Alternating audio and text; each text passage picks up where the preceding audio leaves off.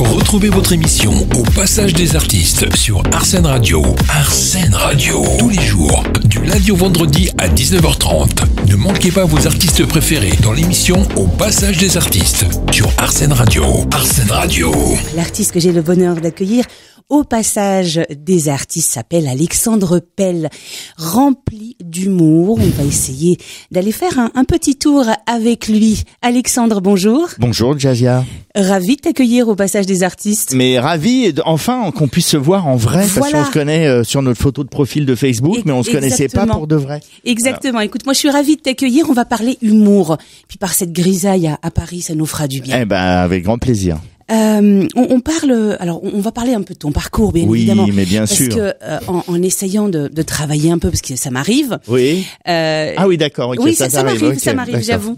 J'ai parcouru un peu ton parcours et il est aussi long qu'un bras de politicien véreux. Ah, merci. C'est une jolie métaphore. C'est une jolie métaphore.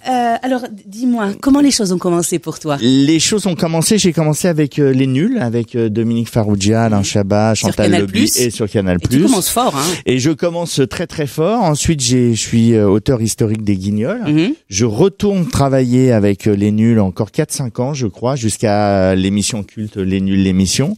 Ensuite, je fais le Plein de Super où je rencontre Yvan et Bruno parce qu'on s'était déjà un peu, comme on dit, fleuré le cul pour parler français. Et puis voilà, ça sentait pas mauvais. Et puis un jour, il y a Yvan qui revient de la machine à café qui fait, dis non, il y a un truc qui serait super. Il le dit à tous, c'est de mettre une caméra dans une machine à café. On dit super idée. On commence à gratter l'histoire. Là-dessus, j'ai écrit avec Michel Hazanavicius un film pour Élie et Dieudonné qui s'appelle Le Clone. J'ai beaucoup écrit pour H où j'ai rencontré Benabar, Jean-Paul Battani et Fred Proust et Éric Laven. Et puis ensuite, j'ai fait Caméra Café où j'ai fait le rôle de Sylvain, le beau gosse, l'homme charismatique de Caméra Café, l'homme à femme. Et puis après, qu'est-ce que j'ai fait? J'ai fait les Gérards, j'ai fait 2 one-man shows, j'ai fait une dizaine de pièces. Écrit pour la presse également. J'ai écrit pour la presse, pour l'ancêtre d'Hugo Raffi qui s'appelait Info du Monde. Et puis voilà, j'ai fait beaucoup j'ai écrit pour Team Seed, j'ai écrit pour Arthur, j'ai écrit effectivement, on peut le dire, j'ai un CV de politicien véreux. Tu as très bien. Vrai, Au départ, j'aurais pu mal le prendre et maintenant je m'aperçois que ce sont les seuls qui restent, donc je le prends bien. Et non, mais moi ce qui je me suis, alors je me permets évidemment parce que d'abord je te connais un peu et je connais ton humour. Oui, bien sûr. N'est-ce pas? D'ailleurs, on va en parler d'humour parce que on était à l'époque où on pouvait encore aller au théâtre. Oui. Il fut un temps. Quelque chose. Oui, voilà, moi aussi vaguement. Oui. Tu as fait tu étais sur scène. Oui. Et on a beaucoup parlé humour avec toi. Oui. Quel est ton regard aujourd'hui par rapport à l'humour? Est-ce qu'aujourd'hui on peut rire de tout? Pour moi on peut rire de tout. Je pense qu'on a vraiment sans vexer personne aujourd'hui. Ah non, mais les gens, moi c'est ce que je dis dans mon spectacle. Je dis je suis responsable de ce que j'écris, pas de ce que vous comprenez, bien ou mal. Il y aura toujours aujourd'hui, vous avez vu la polémique, mais il y en a 150 par jour. Donc aujourd'hui, que Corinne, j'arrive jamais à bien dire son nom sur les Césars, c'est foutu à poil, c'est vulgaire.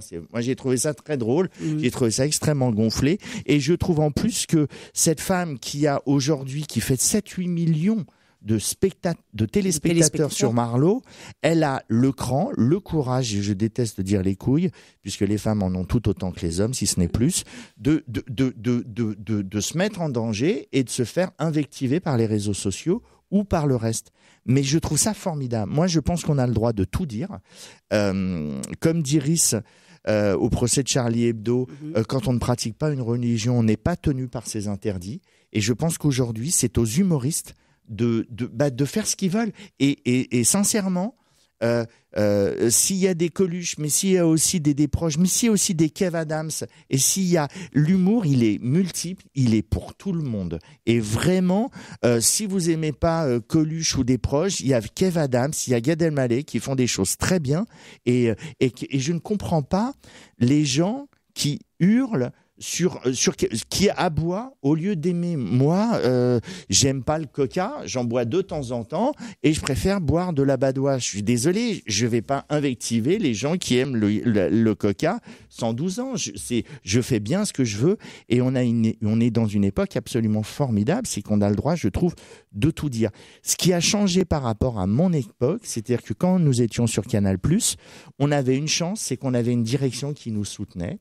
Et on avait le droit de dire beaucoup de choses, mais de dire beaucoup de choses, on a le droit, mais il y a aussi des interdits. Et ce qui est interdit, c'est que ça soit pas drôle, que ça soit de la provoque pour la provoque, et voilà. Mais ça, on s'auto-censure tous depuis n'importe qui se le fait. Quand vous rencontrez une femme ou quand une femme rencontre un homme, elle va pas lui dire que il a une grosse bite ou qu'elle a des grosses. Non, il y a des choses qu'on ne dit pas. Il y a des codes. Il y a des codes et on dit pas ça dès le premier jour, mais dès la première rencontre. Mais voilà, moi je trouve qu'on a le droit. Ce qui se passe, c'est que ce qui est très étonnant, je pense à Zemmour par exemple. Aujourd'hui, cette personne a été condamnée 4 fois quand même, ce qui est beaucoup. Avant, on était condamné une fois. Sincèrement, on sortait du game. Là, il se trouve qu'il fait de l'audience, donc il est adoubé par sa direction. Et donc voilà, et c'est ça me gêne un peu parce que je trouve que il véhicule des idées bien plus dangereuses qu'une femme qui se met à poil pour dire si ça continue comme ça, nous les intermittents et l'ensemble des intermittents, c'est-à-dire pas simplement sa petite personne, c'est-à-dire les comédiens, mais aussi les techniciens, les gens qui sont. Moi, mon beau-frère, il est guide, il est guide touristique dans le monde entier, il ne travaille plus. Et il y a des gens qui vont finir une fois qu'ils auront pas, parce que nous on a la chance, nous les artistes, on a un statut privilégié qui s'appelle l'intermittence du spectacle. Eux, ils ont rien. Donc eux, ils vont basculer au chômage, au RSA dans 6 mois ou 8 mois. Nous, on ne sait pas comment on va être mangé. Mais c'est vrai que je pense que les artistes sont absolument essentiels. On nous a dit que nous étions non essentiels. C'est pas bien grave. Je ne me sens pas vexé. Je comprends que je suis inutile. Moi, j'aimerais qu'on aille jusqu'au bout. C'est-à-dire que on ne met plus de séries à la télé, on ne met plus de concerts, on ne met plus de spectacles. Et on dit, voilà, aujourd'hui, ce soir, nous allons vous faire une lecture au coin du feu. Et nous allons parler du dernier Marc Lévy ou du dernier, je sais pas, Alan Corben. Et puis voilà, puis c'est quelqu'un qui va venir et qui va vous raconter ça. Et puis les artistes sont supprimés définitivement. Et comme ça, on verra si le rêve, si le propos, la créativité, la liberté également. Exactement, la liberté de créer et de dire et de faire. Eh bien, on va voir si c'est... Moi, je pense que c'est essentiel à notre équilibre en dehors du travail. Il se trouve que j'ai une passion et je l'exerce et je fais mon métier, j'écris et je joue. En ce moment, ça fait 1 an. Moi, j'ai joué 4 fois. Les 4 dernières fois, j'ai fait 4 standing ovations. Et on m'a dit, voilà, maintenant tu descends du vélo, tu descends du manège et tu rentres chez toi. Moi, je le conçois très bien parce qu'on est dans une pandémie mondiale et que nous avons tous des efforts à faire les uns et les autres. Mais c'est vrai que c'est un peu catastrophique. Je regrette que le gouvernement anglais ait dit pour l'instant on se balade et ça fait le variant anglais. Je regrette que les Brésiliens ne jouent pas le jeu parce que effectivement ils se sont tous baladés, que là-bas c'est l'été alors que nous aussi c'est l'hiver et qu'aujourd'hui il y a un variant parce que n'importe quel virus, que ça soit la grippe ou que ça soit la Covid-19 ou 20 ou 21 ou 22, je sais plus, mais on va en avoir maintenant. On va les avoir. C'est comme les Pokémon, vous voyez, c'est comme les Panini. On va tous les avoir dans notre album virus. Et le truc, c'est que, voilà, je pense qu'effectivement, il faut qu'on joue tous le jeu mondialement. Donc, ça demande un autre effort. On aura tout le temps de retourner au théâtre, d'aller dans les restaurants, de revoir ses amis autrement que par FaceTime, ou de les voir à 3 mètres et les uns et les autres. Mais pour l'instant, on est obligé, on ne peut pas faire autrement. Et c'est vrai que quand j'entends telle et telle personne qui nous raconte que c'est un complot, que ceci, sincèrement, quand on revoit les images dans le quotidien de Yann Barthès et qu'on voit que c'était 1 an avant, et qu'un an avant, tout le monde faisait genre, on maîtrise la situation, mais tout le monde s'est planté. Donc, on a tous intérêt, et moi le premier, à jouer profil bas, parce que sincèrement, on voit que les images où on voit Macron et Édouard Philippe l'un à côté de l'autre, aujourd'hui, ils sont tous séparés de 2 mètres. Donc voilà. Donc c'était. Je suis désolé, Dasia, j'étais un petit peu. Non, long. mais c'est très bien. C'est très bien. Écoute, voilà, tu es là aussi pour ça. Pour revenir au cœur de ta question, pour moi, les artistes, et nous sommes obligés. Et je trouve qu'il n'y a rien de plus triste qu'un artiste qui sonne faux, qui fait des choses pour son public et qui s'interdit de ne pas parler de ceci parce que la religion, ça peut être clivant, comme on dit. Et puis on parle pas de politique parce que c'est clivant, comme on dit. Puis je parle pas de ma famille parce que ça peut être clivant. Et puis je parle pas des handicapés parce que ça. Ma femme travaille avec des handicapés. Ils adorent se marrer. Dans le spectacle, je me fous entre guillemets des handicapés avec énormément de mauvaise foi. J'en ai plein qui sont mis au premier rang. J'ai même fait un festival d'humour et du handicap où j'étais le président et le parrain. Ils étaient morts de rire, ils m'ont même filé des vannes. Tellement ils ont envie qu'on les prenne pour ce qu'ils sont, des handicapés, et être intégrés comme les valides dans la société. Et pas qu'on les monte du doigt et qu'on leur fasse les pauvres chouchous. Et puis comme dit ma femme, c'est pas parce qu'ils sont handicapés qu'il n'y a pas des connards. Et c'est pas parce qu'il y a des valides qu'il y a pas il y en a partout. La bêtise, elle est intégralement diffusée pour tout le monde. Donc, au final, moi, je voulais te poser la question, mais tu réponds avant. Tu nous as donné en fait un conseil aux jeunes et aux moins jeunes.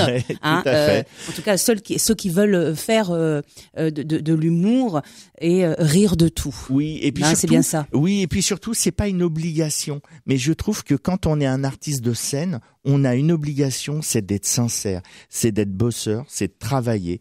Moi, je comprends très bien. J'ai des enfants et mes enfants, ils ont des pudeurs par rapport à la sexualité, ils ont des incompréhensions par rapport à la planète. C'est-à-dire qu'ils se disent mais qu'est-ce que vous avez foutu, papa et maman? On nous demande des comptes. Ils nous demandent des comptes et puis il y a des choses sur lesquelles on a des réponses, on n'a pas de réponses. Et la vie d'un artiste, c'est d'évoluer. C'est effectivement, c'est d'avoir son permis, c'est peut-être la première fois, c'est de se marier, d'avoir un enfant. Les enfants sont grands, ça sent la retraite, on a les cheveux blancs. Voilà, tout au long d'une vie, un artiste peut évoluer. Ce que je trouve dramatique chez certains, c'est qu'on sent qu'ils s'interdisent pour taper dans le plus grand nombre. Et moi, je trouve pas que ça soit des artistes, je trouve que ce sont des commerciaux du rire et de l'intermittence du spectacle. Et ça, je trouve ça dommageable, mais même pour eux en tant qu'être humain. Voilà, je trouve que c'est triste pour eux, mais après chacun doit travailler. C'est un travail aussi bien d'analyse, de psychologie que d'humour, que de culture générale. Et je trouve ce métier absolument passionnant. Justement, parce que tu nous parlais de ton métier qui est d'abord l'humour, l'écriture également.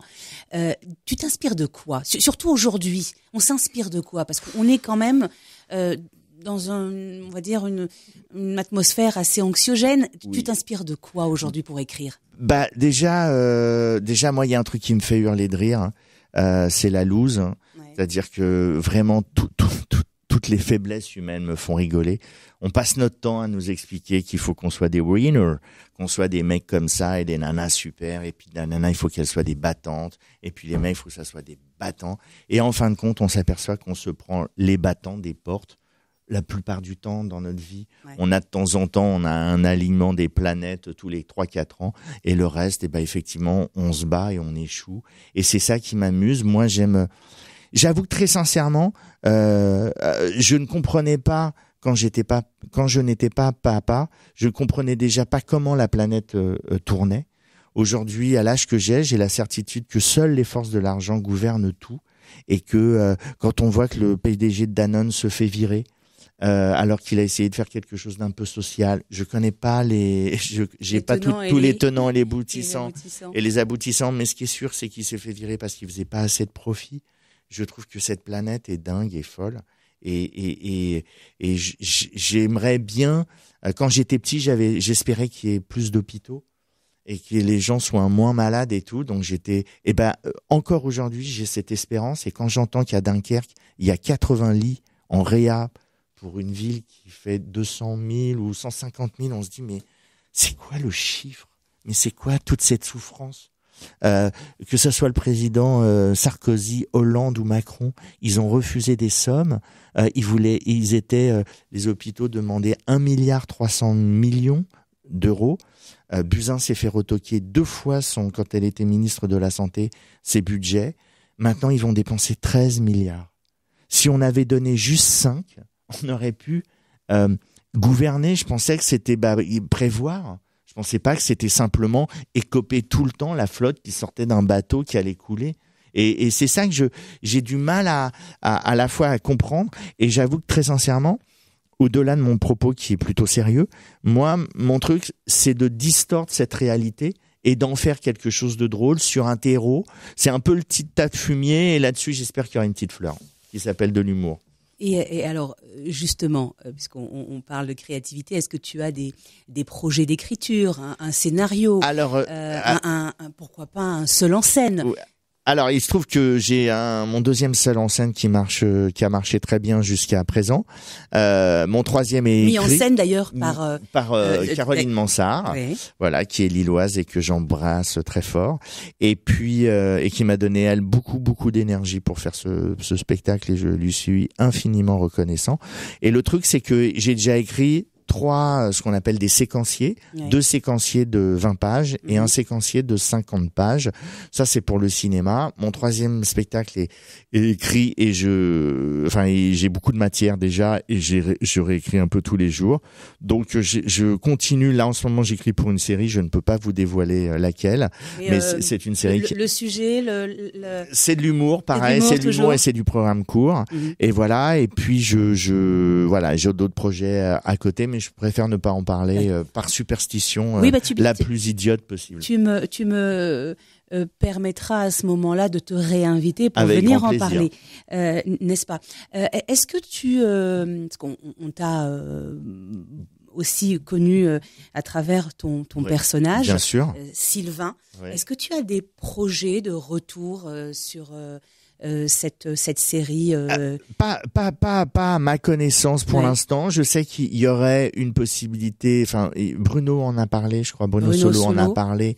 Voilà, je suis au courant de rien. Pour l'instant, je sais qu'ils écrivent.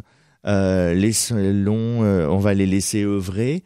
Et puis on verra bien. Et puis voilà. Et à côté de ça, effectivement, j'ai d'autres projets, mais je peux pas en parler en fait. Je suis désolé, Dasia, je suis un mauvais client pour ça. Je suis superstitieux et voilà. Mais c'est pas grave. Tu vas devoir revenir, Alexandre Pell. On se fait une petite pause et puis on revient avec grand plaisir pour parler un peu de télé et de radio. Avec plaisir.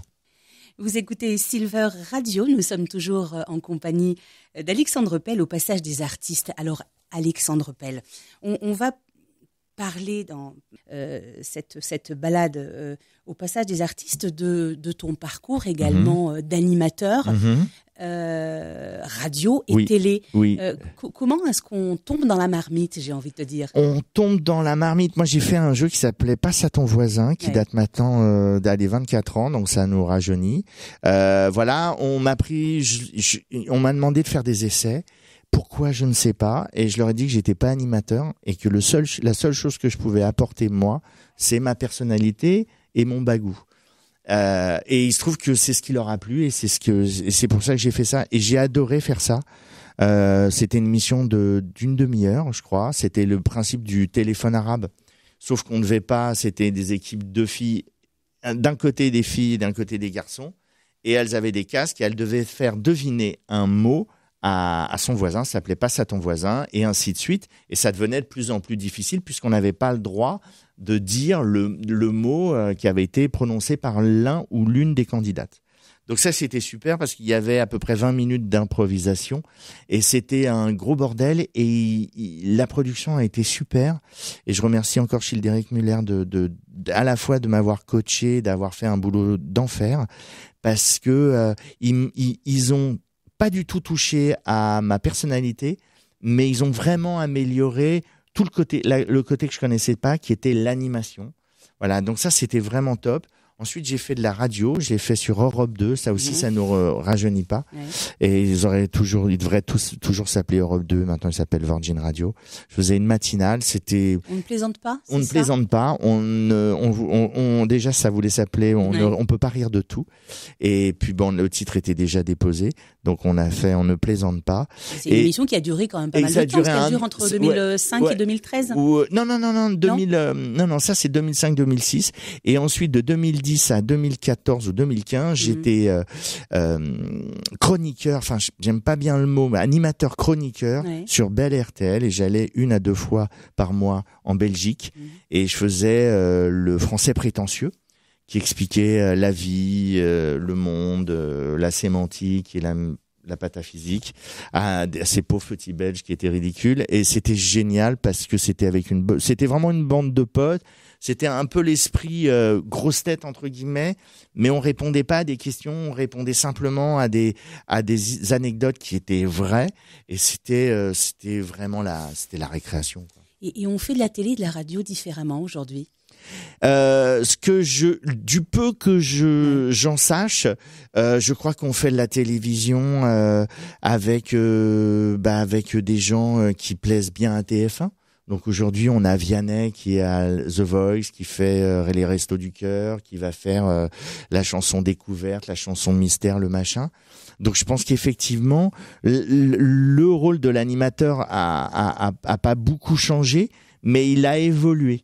Nikos, il y a 15 ans, présentait Star Academy. Je vous demande de faire un tonnerre d'applaudissements pour Marilyn. Et puis aujourd'hui, il est un peu plus discret. On raconte, on fait de la télévision, je pense, un peu plus différemment, avec moins de moyens, avec plus de contraintes, et avec des régies publicitaires qui sont toutes puissantes et qui font qu'aujourd'hui, à la télévision, on a intérêt à quelques exceptions près, de pas avoir beaucoup de personnalité et d'être bien lisse et de bien peigné, voilà. Et voilà, d'être joli pour les femmes jeunes, et puis pour les mecs, d'être un peu dans la force de l'âge, avec une petite teinture qui se voit pas trop, pas de lunettes surtout, et puis voilà, c'est ce qui est devenu la télévision. Par la force, aujourd'hui on n'a plus des Lescure, des De Greff, des Cancien, qui amenait quelque chose. Cancien, elle aimait Arthur, elle l'a amené à la télévision. On peut dire tout le mal qu'on veut d'Arthur. Avec qui tu as collaboré d'ailleurs? Avec qui j'ai collaboré, avec qui j'ai eu beaucoup de plaisir à collaborer. J'étais l'oreillette d'Arthur pendant très longtemps, j'ai écrit ses textes. Voilà, j'ai fait Les Enfants de la télé ou 120 minutes de bonheur. On s'est éclaté. Et c'était un gentleman, et ça l'est encore. Et aujourd'hui, Arthur, à l'âge qu'il a, il a fait Les Enfants de la télé, La Fureur, Tout est permis, des milliards de programmes TV. Donc voilà, il y en a très peu maintenant aujourd'hui. Même Arthur aujourd'hui s'efface à la télévision. Même lui s'efface. Donc aujourd'hui, on fait une télévision, je vous dis, moins chère, plus polissée, et puis un peu plus conventionnelle, tu trouves? Oui, mais moi, je n'aime que des personnalités. C'est-à-dire que je n'aime que ça. Il y a que ça qui m'intéresse. C'est pour ça que j'aime Quotidien. Et voilà. Et j'aime pas ce qui est spécialement subversif, mais ce que j'aime bien, c'est le poil à gratter. J'aime bien qu'on me prenne pas pour un imbécile. Voilà. Je trouve que j'ai fait les Gérards, et j'avais écrit pour les Gérards. Les Gérards, vous savez ce que c'est? C'est un parpaing et des truelles aux pires animateurs ou aux pires émissions de la télévision française. Et un jour, j'avais écrit le Gérard de la télévision, le Gérard de l'émission qu'on regarde jusqu'à minuit. Et à un moment, on se dit, mais ça fait combien de temps que je regarde cette merde? Et quand on est allé voir Julien Courbet, tous les gens qui étaient nominés, les gens se marraient. Voilà. Et j'aime bien ce poil à gratter, et j'aime ça. J'aime la mauvaise foi, j'aime qu'on soit de gauche ou de droite, que ça soit de droite ou de gauche, je m'en fous totalement, ou du centre, ou voilà. Mais j'aime qu'il y ait des personnalités et des convictions. Et des convictions. Exactement. C'est le mot que je cherchais depuis le départ, en fait. Merci, Jazzy. Alexandre Pell, oui. Tu allumes la télé ou la radio. Oui. Tu regarderais quoi aujourd'hui? Alors, moi, c'est simple, j'écoute encore Europe 1, parce que j'écoute pas la pub qui est à peu près toutes les 7-10 minutes, mais j'écoute vraiment sur les éditos, et même j'écoute des éditorialistes que je n'aime pas, mais au moins ils ont un point de vue, et je regarde Quotidien, et sincèrement, toutes ces plateformes où on a la possibilité de voir 400 films tous les soirs, 800 séries, font qu'au bout d'un moment, à 9h30, 10h, je suis couché, je bouquine jusqu'à minuit en fait. Tu lis quoi en ce moment? Alors moi, je lis 3 trucs en même temps. Donc je lis la grande histoire de l'humanité, je lis un autre roman, je lis la presse quotidienne, je lis énormément mais je me suis fait le banquier du Troisième Reich en BD qui est passionnant. Je multiplie les lectures. Voilà, mais je n'aime que du poil à gratter et que des choses que je trouve comment dirais-je, que je trouve pas ordinaire. Voilà. Et je trouve que dans cette société aujourd'hui où on est formaté pour X, Y raison, mais avec notre bon vouloir. C'est-à-dire que on accepte aussi de l'être. J'aime regarder des choses qui sortent de l'ordinaire. Alexandre Pell, merci. Merci à vous, Jazia. Merci beaucoup. Traverser ce petit chemin, ce grand passage artistique. J'espère qu'on aura l'occasion de venir te voir sur scène bientôt. Je croise les doigts et j'espère que tous les artistes qui nous écoutent, je pense qu'ils sont dans le même cas que moi, donc nous croisons tous les doigts. Merci beaucoup à toi et puis merci j'espère à bientôt. Si je devais t'offrir une chanson, ce serait laquelle là tout de suite? Enzo. Moi, il y en a une que j'aime beaucoup, que j'écoute en boucle, que je te conseille. Accostez-moi. Ça te tente? Oui, alors oui, puisque je ne connais pas. Eh bien, écoutons-la avec grand plaisir. Vous écoutez Arsène Radio, la radio qui aime les artistes.